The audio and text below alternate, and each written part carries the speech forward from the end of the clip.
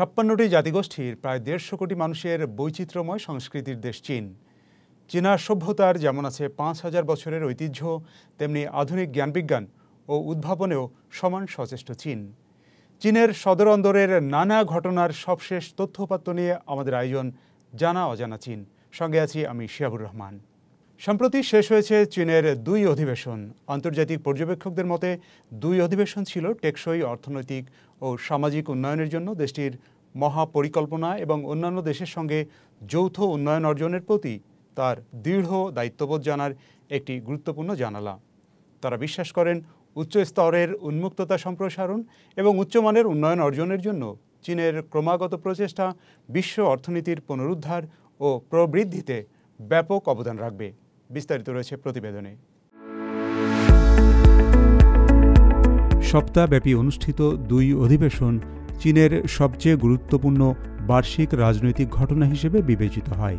চীনের শীর্ষ পরামর্শ সভা, গণরাজনৈতিক পরামর্শ সম্মেলন CPPCC এবং শীর্ষ আইনসভা জাতীয় গণকংগ্রেস বা NPCর অধিবেশন মিলে এই 2 অধিবেশন। 2 অধিবেশনে বিস্তৃত খাত জুড়ে দেশের নীতি নির্ধারিত হয়।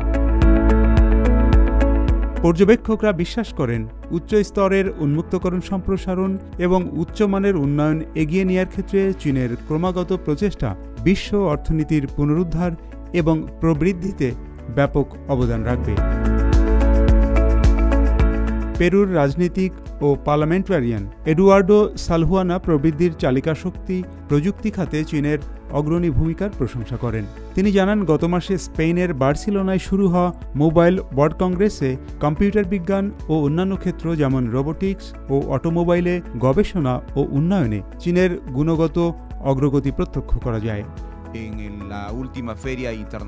পেরুতে চীনের প্রভাবের কারণে আমরা তাদের সাফল্য দেখে খুবই আনন্দিত। তাদের সাফল্য অবশ্যই আমাদের অর্থনীতিতে ইতিবাচক প্রভাব ফেলবে।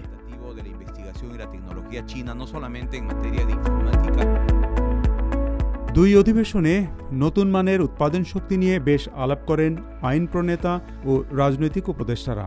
প্রেসিডেন্ট শি জিনপিং গত বছরের সেপ্টেম্বরে নতুন মানের উৎপাদন শক্তির উদ্ভাবনচালিত উন্নয়নের উপর জোর দেন এবং প্রথাগত অর্থনৈতিক প্রবৃদ্ধির মডেল থেকে বেরিয়ে মুক্ত উন্নত উৎপাদনশীলতা অন্বেষণ, উচ্চ প্রযুক্তি, উচ্চ দক্ষতা ও উচ্চ মান অর্জনের জন্য প্রয়াসের প্রয়োজনীয়তা তুলে ধরেন।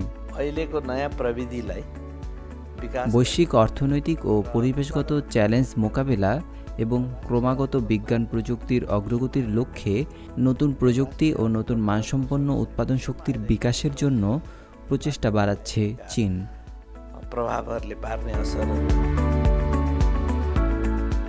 অনেকে মনে করেন চীনের রাজনৈতিক ব্যবস্থা কিভাবে জনগণের আওয়াজ তুলে ধরে সেটা দেখা যায় 2 অধিবেশনে।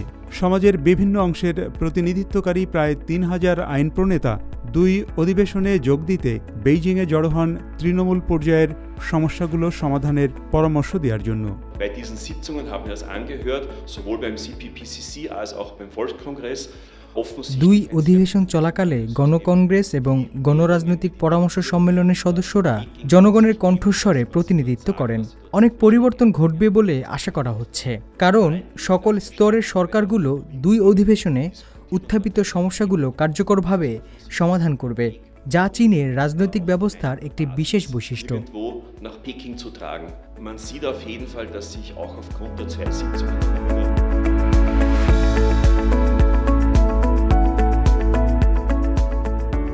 কনসাল জেনারেল গুন্থার লাজেলসবার্গার বলেন, উন্মুক্তকরণকে আরও সম্প্রসারিত করার চীনা প্রচেষ্টা প্রশংসার যোগ্য।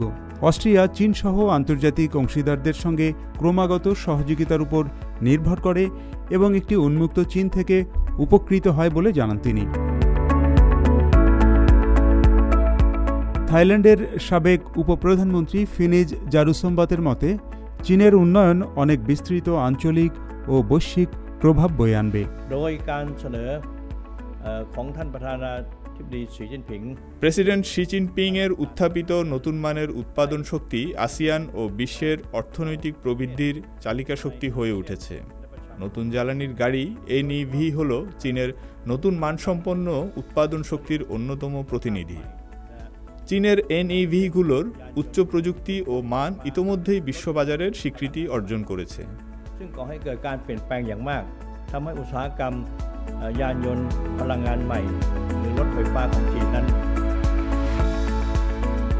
চীনের এত সব অর্জন এসেছে উন্মুক্তকরণ সম্প্রসারণ এবং বিজ্ঞান প্রযুক্তি খাতে দেশটির ক্রমবর্ধমান মনোযোগের মধ্য দিয়ে। আগামী দিনগুলোতে এই অগ্রযাত্রা অব্যাহত থাকবে বলে বিশ্বাস করেন বিশ্লেষকরা। শিহাবুর রহমান, CMG বাংলা। বিশ্ব জয় করে চলেছে চীনে নির্মিত বিভিন্ন ব্র্যান্ডের গাড়ি। তবে নতুন প্রযুক্তির ইলেকট্রিক গাড়িগুলো বেশি নজর কাটছে বৈশ্বিক ক্রেতাদের। এসব কারণে ক্রমশই বাড়ছে চীনের গাড়ি রপ্তানি। চলতি বছরের জানুয়ারি ও ফেব্রুয়ারি মাসে আগের বছরের তুলনায় দেশটির অটো রপ্তানি বেড়েছে 30.5%। চলুন বিস্তারিত জানি প্রতিবেদনে।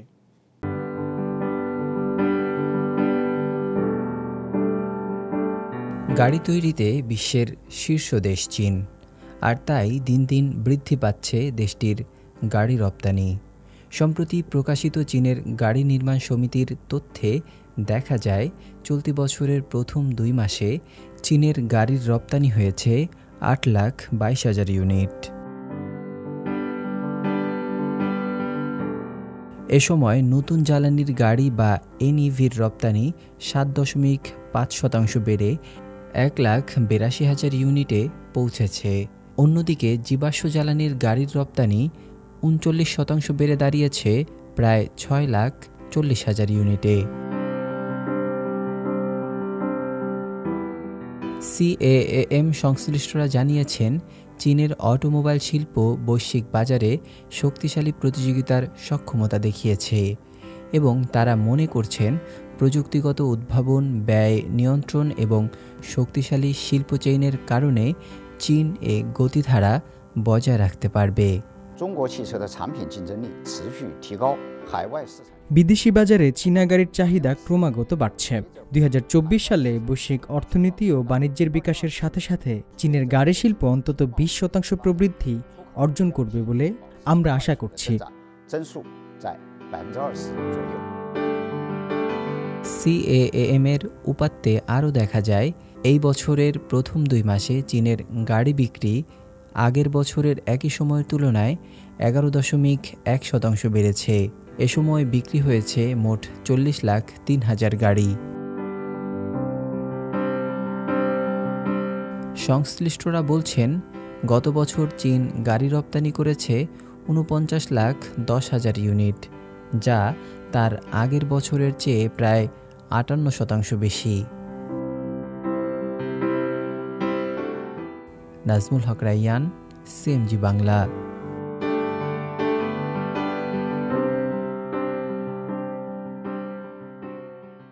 মাথা তোলে ড্রাগন, হ্যাঁ এমনটাই এই উৎসবের নাম। চীন জুড়ে সম্প্রতি উদযাপিত হয়েছে লং থাই থৌ বা ড্রাগনের মাথা তোলা উৎসব। চীনা চান্দ্রপঞ্জিকার 2য় মাসের 2য় দিনে উদযাপিত হয় এই উৎসব। এ সম্পর্কে আরও রয়েছে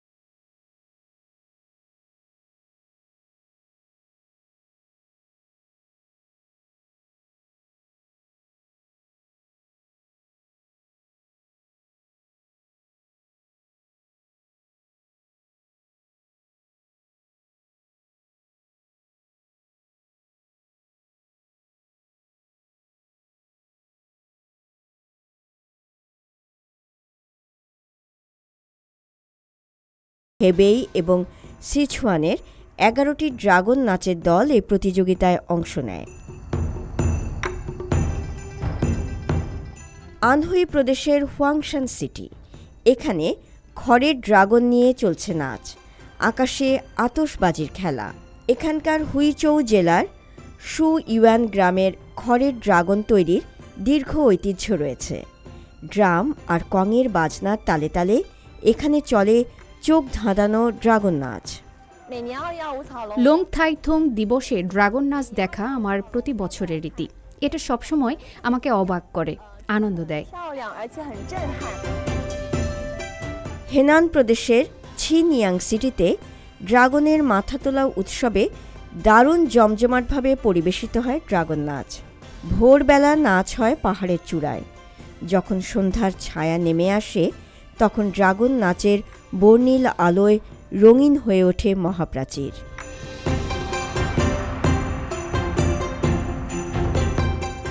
চীনের স্বায়ত্তশাসিত অঞ্চল ইনার মঙ্গোলিয়ার চিফেং সিটি। এখানে ড্রাগনের মাথা তোলা উৎসবে মনোমুগ্ধকর লোকজ সাংস্কৃতিক পরিবেশনা দেখতে দূর দূরান্ত থেকে আসেন পর্যটকরা। রনপা চড়ে নৃত্য পরিবেশন করেন লোকজ শিল্পীরা। হাজার হাজার শিল্পী রনপা চড়ে রাজপথে বর্ণিল পরিবেশনা করেন। আমি যখন হাজার হাজার শিল্পীকে একসঙ্গে পরিবেশনা করতে দেখি তখন দারুণ শিহরণ জাগে। যে মুহূর্তে ড্রাগন মাথা তোলে আমি আনন্দে উদ্বেলিত হই। চীনের বিভিন্ন প্রদেশ ও অঞ্চলে বিভিন্ন রকম লোকজ সাংস্কৃতিক পরিবেশনার মধ্য দিয়ে এভাবেই পালিত হয় লোং থাই থৌ উৎসব। শান্তা মারিয়া, সিএমজি বাংলা। আরও খবর নিয়ে ফিরছি ছোট্ট একটা বিরতির পর, আমাদের সঙ্গেই থাকুন।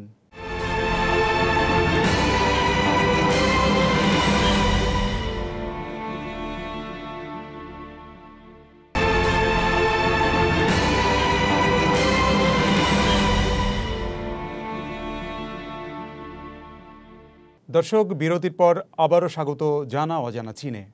বিশ্বকে প্রযুক্তির বৈচিত্র্যময় ব্যবহার দেখিয়ে দিচ্ছে চীন, বাতলে দিচ্ছে প্রযুক্তির নানা ধরনের ব্যবহারে কিভাবে জীবনকে আরও সহজ করে তোলা যায়। দেশটিতে এখন বিভিন্ন গৃহস্থালী পণ্যে জুড়ে দেওয়া হচ্ছে আর্টিফিশিয়াল ইন্টেলিজেন্স বা কৃত্রিম বুদ্ধিমত্তা। নিত্য ব্যবহার্য এসব পণ্যে এআই এর সন্নিবেশ ঘটিয়ে এরই মধ্যে আলোচনায় এসেছে চীনের বৃহৎ ইলেকট্রিক পণ্য নির্মাতা টিসিএল। চলুন বিস্তারিত জানি প্রতিবেদনে। মুখের কমান্ডে এয়ার কন্ডিশনার শুধু চালুই হচ্ছে না, বরং বলে বলেই কমানো বাড়ানো যাচ্ছে তাপমাত্রা, ঘুরিয়ে দেওয়া যাচ্ছে বাতাসের গতিবিধিও। এমনই এক এয়ার কন্ডিশনার তৈরি করেছে চীনা কোম্পানি টিসিএল। চীনে এখন এমন সব গৃহস্থালী পণ্যেও দেখা যাচ্ছে কৃত্রিম বুদ্ধিমত্তা বা আর্টিফিশিয়াল ইন্টেলিজেন্সের জয় জয়কার। এআই শুধু কথাই শুনছে না, এই প্রযুক্তি এখন নজর রাখছে মানুষের পণ্য ব্যবহারের ধরনের ওপরও। আর সেই ব্যবহারের বিন্যাস থেকে তথ্য সংগ্রহ করছে এআই। সেই তথ্যের ওপর নির্ভর করে ব্যবহৃত যন্ত্রটির কর্মক্ষমতাও পরীক্ষা করতে পারছে, সেই সঙ্গে শনাক্ত করতে পারছে নানা ধরনের ত্রুটি। এআই যুক্ত পণ্যগুলো সেটার ব্যবহারকারীকে বলে দিতে পারছে কোন ত্রুটি কিভাবে সারাতে হবে। আরেকটি বড় বিষয় হলো এআই প্রযুক্তি সম্পন্ন গৃহস্থালী পণ্যগুলো আগের চেয়েও বেশি বিদ্যুৎ সাশ্রয়ী, এমনকি কিছু কিছু পণ্য 40% পর্যন্ত বিদ্যুৎ বাঁচাতে পারছে। বাজারের চাহিদা বদলে যাচ্ছে, সেই সঙ্গে মানুষের জীবনমানেরও উন্নতি হচ্ছে। আর তাই স্মার্ট গৃহস্থালী পণ্যগুলো আর কদিন পর ভোক্তাদের ঘরে ঘরে দেখা যাবে। গত বছর চীনে এমন স্মার্ট গৃহস্থালী পণ্য বিক্রি হয়েছিল 30 কোটি ইউনিটের বেশি, যার মাধ্যমে দেশটিতে এখন এ ধরনের স্মার্ট পণ্যের বাজারের আকার দাঁড়িয়েছে $9,700 কোটি। এআই শুধু গৃহস্থালী পণ্যেই বৈপ্লবিক পরিবর্তন ঘটাচ্ছে না, উৎপাদন প্রক্রিয়াকেও বদলে দিচ্ছে ব্যাপকভাবে। চীনের উহানে টিসিএল এর এয়ার কন্ডিশনার কারখানায় স্মার্ট উৎপাদনে সহায়তার জন্য আছে প্রায় 11,000 সেন্সর। সেখানকার উৎপাদন প্রক্রিয়ায় দিনে তৈরি হচ্ছে 3 টেরাবাইট ডেটা। আর এই বিপুল পরিমাণ তথ্য ব্যবহার করা হচ্ছে টিসিএল এর একটি জেনারেটিভ প্রশিক্ষণ ট্রান্সফরমার তৈরিতে, যাতে করে শ্রমিকরা তাদের কাজ করার যন্ত্রপাতিগুলোর সঙ্গে সরাসরি কথা বলেই উৎপাদন প্রক্রিয়া নিয়ন্ত্রণ করতে পারছেন। একই সঙ্গে বিক্রি হওয়া পণ্যগুলো থেকেও তথ্য সংগ্রহ করছে প্রতিষ্ঠানগুলো। এতে যে তথ্য পাওয়া যাচ্ছে সেগুলো আবার কাজে লাগছে পরবর্তী পণ্যের গুণমান উন্নত করার কাজে। টিসিএল গ্রুপের চেয়ারম্যান ও সিইও লি তংশেং। তিনি চীনের ১৪তম জাতীয় গণকংগ্রেসের একজন ডেপুটিও। তিনি জানালেন, নতুন প্রযুক্তিগত অগ্রগতি উচ্চমানের উন্নয়নের জন্য দেশকে এগিয়ে নিচ্ছে। আমি বিশ্বাস করি চীনের উৎপাদন শিল্পে উচ্চমানের উন্নয়নকে এগিয়ে নেয়ার মাধ্যমে নতুন মানের উৎপাদনশীল শক্তি তৈরি করা যাবে। এর সঙ্গে শিল্পের রূপান্তর, প্রযুক্তিগত উদ্ভাবন এবং নতুন শিল্পায়নের সক্ষমতাও জড়িত।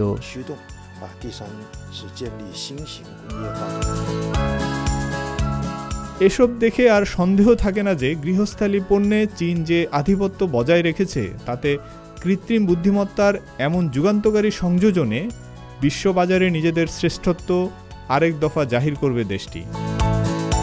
ফয়সাল আব্দুল্লাহ, সিএমজি বাংলা। বিশ্বজুড়ে স্মার্টফোনের প্রতিযোগিতামূলক বাজারে প্রবেশ করেছে চীনের তৈরি OLED স্ক্রিনের ফোল্ডেবল স্মার্টফোন। দিন যত যাচ্ছে গ্রাহকের জন্য সাশ্রয়ী হয়ে উঠছে এই ফোন, ফলে বাড়ছে এই ফোনের চাহিদা।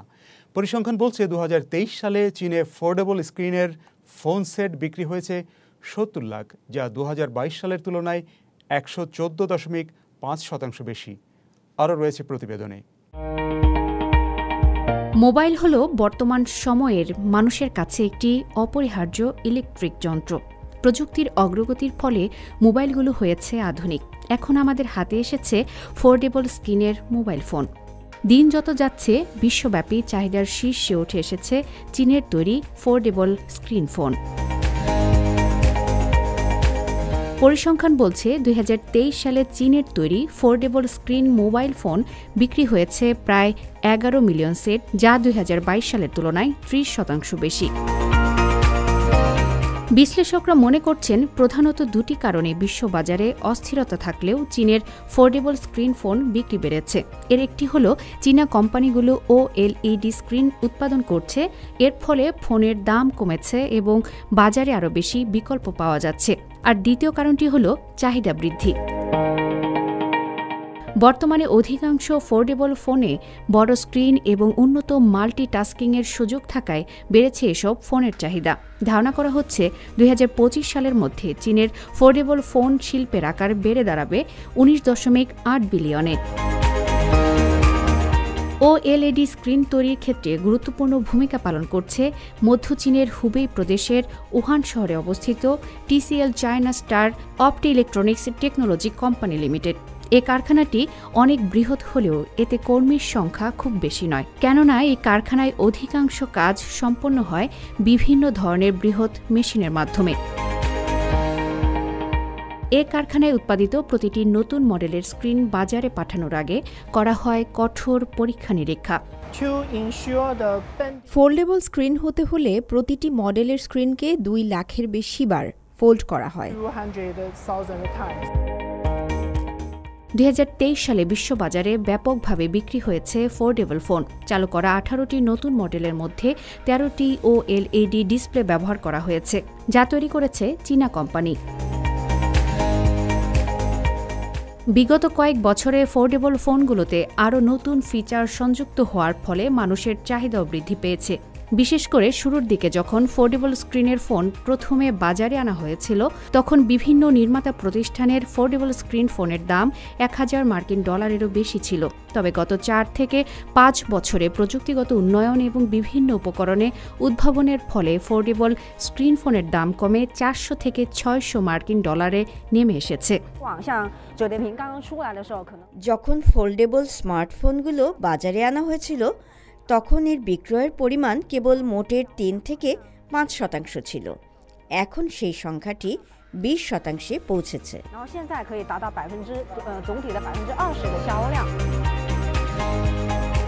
তথ্য বলছে সামগ্রিক স্মার্টফোন বাজার ক্রমাগত হ্রাস পেলেও গত বছরে চীনে ফোল্ডেবল ফোনের কোম্পানিগুলো বছরে দ্বিগুণেরও বেশি প্রবৃদ্ধি করেছে। আফরিন মিম, সিএমজি বাংলা। দর্শক, এই ছিল আমাদের এবারের আয়োজনে। টেলিভিশনের পাশাপাশি সামাজিক যোগাযোগ মাধ্যমে অনুষ্ঠানটি দেখতে ক্লিক করুন www.facebook.com/cmg বাংলা এবং আমাদের ইউটিউব চ্যানেল সিএমজি বাংলায়। আগামী পর্বে আবারও দেখা হবে। সে পর্যন্ত ভালো থাকুন, সুস্থ থাকুন।